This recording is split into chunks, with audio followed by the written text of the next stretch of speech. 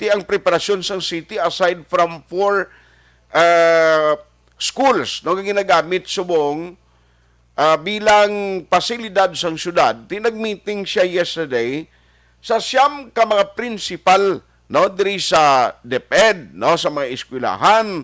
Tinanong gin-discuss nila no nano mga concern nga ila sini nga gin talakay. Online sa Hotline. Online sa Hotline. Joining us this morning is the Quarantine Center Aksyon Team Chairman. We have Councilor Renecito Novero. Councilor, how are you? Good morning. May aga Aksyon Art, may aga sinibilog management and staff sa Aksyon Radio, may aga sa ating mga palangga at maukod na tagpalamati. Aha.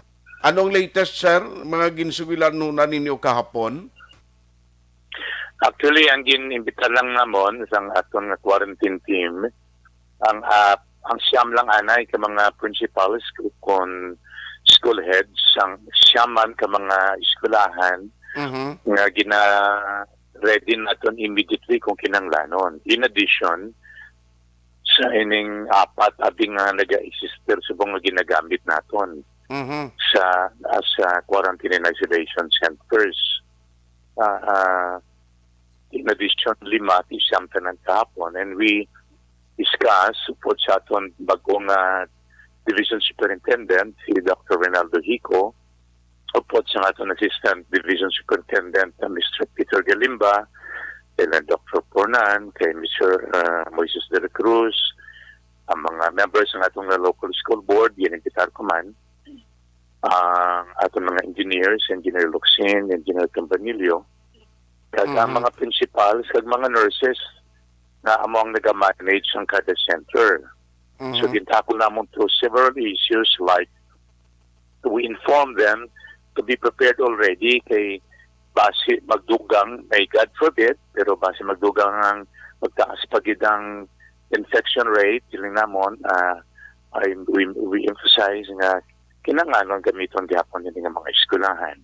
Okay. Kaya gina-inform natin, nga ginapalibot natin ng ating mga engineers for survey of any possible necessities for repair, rehabilitation, or reconstruction of any portion of the facility. Also, we discussed the protocols, ang turnover, ang accommodation, ang pagbantay sa mga facilities na hindi maliwat ang pagdula at pag-awat sa iba ng mga electric fans. Binagid kong natabo dito sa Dumanan, kag ang pag-emphasize na ining mga renovations kag mga ginpang butang naton nga mga facilities sa mga eskwelahan, kag gingastuhan na sang syudad under the direction of Mayor Ding or the Vice Mayor Elcid.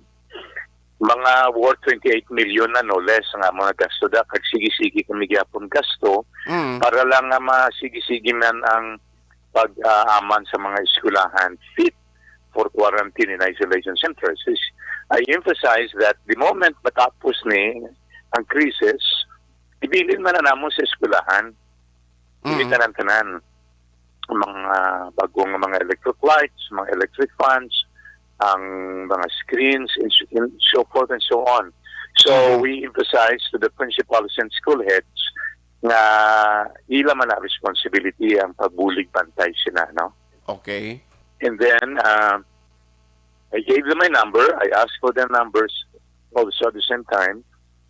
Ang numbers ng atong doctor and engineers so there be any need na kinanglan na kami labuton, malabot na kami ginayon. Yes, sir. Pero ini sila kung mo nga ginpreparan naton ara na dagin pamutang na to ang mga kinanglanon nga mga pagkabutang subong. That's right. Ang ready na kag ginasige na kon palibot ang aton engineers, may inventory na, kag may reporting, may dugang lang silang request kaapong regarding certain drainage, ang atop, ang kusina dito sa Lopez-Haina, na dapat naman i-reconstruct. Ang Lopez-Haina Elementary School actually, Aksyon Art, amo ang very, very first school na ginagamit natin as quarantine and isolation school or facility. Ginbutang natin dira, I remember, ang ating mga OFW that they created certain issues Di ba? Mhm. And so, we instructed our engineers to effect the necessary repair and reconstruction sa mga kusina ng Lupisay na. Inabutangan na natin sa aton mga nagabulusong kag bagulang nagbalata bilang nga mga Iloy amo ng Lupisay na Elementary School. Sa subong, 4 lang gihapon na gina-utilize nato, no? Lupisay na Elementary School, ang ETCS 4, ang medalya kag ang AL Highway. Mhm. So, ini sila subong hindi man puno based sa inyo record, Counselor. Sa subong hindi man puno. Pero mayo na lang nag-aaman kita. Ako magpuno ka magsobra sa 4, may ara kita raiding of facilities na mabutangan sa mga infected individuals. So, but as I pray, and always we pray, may God forbid. How about ang aton sina nga ang midway na to bala? Kumusta to ya subong? Ang midway wala na ginagamit subong. Pero pwede man nagyapon magamit. Kung galing kada kwarto, isa man lang pwede makagamit. Because that is only good for one occupant. Kag gina-negotiate pa nato ng South Hill kay nag-lapse na ang December 31, wala na tahimo sang kontrata with the management sa South Hill. But I believe ang South Hill management willing gihapon magbulig sa syudad and will cooperate with us in assisting us address the issue of quarantine and isolation sa aton mga infected individuals. I see. At least well prepared ang city. No white naman ginapangayo pero dapat may ara na kita advance gadaan nga matikang himuon Counselor. That's right, Aksyon. We are prepared, we are ready, we are always on the move, we are on the go, and we are always under the instruction and follow-up ni Mayor Bing kag ni Vice Mayor Elcid. That's why hindi man kami kapahuway. Sige-sige man ang amon nga libot, sige-sige man ang amon trabaho, sige-sige man ang amon meeting. I see. Sir, i-check ko na lang ni sa imo kay isa sa panawagan sa gihapon sa gobyerno bisan diin sa national and local vaccination drive. Kumusta mga teachers da anong latest update from the DepEd? May nabilin pangaway mabakunahan? Maybe may harapan nabilin, wala lang ko exact figure kung lang nabilin, but from the 1,129 yung mga teachers na meeting natin last year, dako na nga percentage mga manunudlo ang nagpapakula. Pero may ara gyapon Counselor nga do hindi gid gyapon sa sila magpabakuna. Posible na. It's very possible. I will take that up again with our division superintendent kag mangayo ko mismo sang bagwam lang ang aton division superintendent mo. So he has to be apprised at ng mga environment naton diri, including that issue, and mangayo ko sang sang exact na data kung may ara lang, kung may nabilin pa nga mga manunudlo nga wala pa nabakunahan. Pero nagligad to do mga pilan lang to, do mga 10%, no? Mga thereabout ang nabilin. Okay. Hopefully na sa nagangkin man sila tanan, ang iban may mga psychological hang-up. Ang iban may mga medical reasons.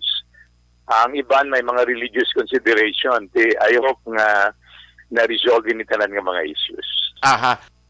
Sir, kuhaan to lang ka bala, kay I know nga basic ko nakaupod ka man meeting with the mayor. Ano ginang main reason diri man kag point ni Mayor Bing nga daw may plano sa mag-istorya kay Gov partibla sa RT-PCR test requirements sa mga travelers coming from Manila. Nanong main reason nga daw ginaduso ni Mayor nga daw kuanon palugan ang regulasyon kag daw i-allow na magpalauli diri especially yung fully vaccinated nga hindi na mag-present sa RT-PCR test result, Counselor? Yeah, mga 5 oras sa meeting namon sa last Sunday. Hasta mga last 10 kami natapos siguro from 5 o'clock in the afternoon. Okay. Ang EOC, Mayor Bing, Vice Mayor Elcid, ang aton Executive Director sa EOC, among Dr. Chris, Dr. Edwin, Dr. Fernan, and the rest of the members ng EOC. Meetingan na mo na, lawig nga mo na diskusyon, no? Ang motivation sina is inspired by mga reklamo, mga bay sa mga kadama nato nga mga panguluyo sa Bacolod. Kung mahimo, total may mga bakunado naman na hindi nabala mapabudlayan pa kag pagasuhan ang mga nagapala uli diri nga mga Bacolod noon. Because you see, kung i-strict kumugid na RT-PCR permi, ang at least ang bayaran nila kada RT-PCR test is at the least 2,500. Hindi kung pila sila ka members ng family ma-travel. And then kung ma-delay naman ang ilang flight, magpa-testing na naman sila na 2,500 in addition to the expenses ng ilang rebooking. Kaya ang result, nagaka-release, delayed man actually Aksyon Correct. Ang atong regulation within 72 hours from the date of swabbing, not from the date of release ng result. So, kung kaysa ang release ng result delayed, kaluluoy sila. So, nagapangabay nga kung mahimo, ang RAT, meaning Rapid Antigen Test, would suffice. Amo na lang ni pwede mabaton. Kung nabinagid kung bakunado naman. No? Okay. Wala. Alas 8:35 na. Ariyo kay daway paginman kita ka interview kay Mayor Bing partition mo. Ano gin ang main reason? Ano ang nakakam up ang city partition? Sorry gid councilor no to nga online. Yes, I'm sorry. You were saying so, ginpakamaayo, gindisidihan nga ang imo na lang ang protocol man mo naging contain ni Mayor Bing sa executive number 3 nga. Nga ang alin sa Region 6 sa Oriental Negros, kung fully vaccinated ka, wala ka, vax card lang. Kag, ang iban, kung hindi vaccinated, present ka lang sa imo negative antigen test result, hindi ng RT-PCR. Okay. Pero ang sa Manila and other regions, pangabay kami sa governor, kung mahimo, makasynchronize bala ang amon protocol na kung fully vaccinated na lang, bisan antigen na lang. Ang i-require hindi na negative RT-PCR test. Kaya total, ang pulos ang vaccination kung daw hindi man na mapusla, no? Basta dalon nilang ilang mga authentic vax cards. And then, kung symptomatic sila, they should be willing to go through our health process. Kung may symptoma, then i-agi sila sa test kung may symptoma. So kung wala, then may vax card sila, fully vaccinated, then negative results ng antigen, rapid antigen test will suffice. Kaya ang sa probinsya Subong, my understanding is, strictly kina-require nila gihapon ang negative results ng RT-PCR. Okay. Swab test. So, daw hindi magsibo. Ang problema, because may technical problem kita diri sa Bacolod. Kaya ang airport is now located in the city of Silay. Correct. And the city of Silay is within the territorial jurisdiction and political jurisdiction of the province of Negros Occidental. So beyond the territory and the political jurisdiction of the city. So in other words, we can still be bound by the provincial policy and protocol considering na ang mga nag-land pasulod sa Bacolod, maagigidanan sa Silay, which is part of the provincial territory and political jurisdiction. So nagapangabay kami nga kung may mo maka-meeting, and we wish the governor well. I prayed for him actually. I included him in my prayers when I knelt down and prayed for even the mayor and vice mayor and our officials. We prayed for our officials. I prayed for Governor Bong and may he heal very soon. And should he welcome it, the mayor being vice mayor and all of us in the AOC of the city are willing to sit down with him in a face-to-face conference or even video conference. Okay. Pero ini siya gintunan man sa gusto kay silang kong worry ko naman since kang iyasang province panidugan kinahanglan ma-required gid kay may mga experience sa province ang ginakuan gani mo ginapiki ang mga documents bala pero siguro lain naman ang istorya in terms of measures kay muon nga mapasiguro nga at least ang i-present nila nga mga cards inang tutuod authentic bla. Aksyon Art, ang magpiki, pila man lang na ka-porsyento, maybe even less than 1%. Madakpan man na, and they will be held criminally liable for that. Pero, ang tama ka strict na protocol can damage a huge number of our people.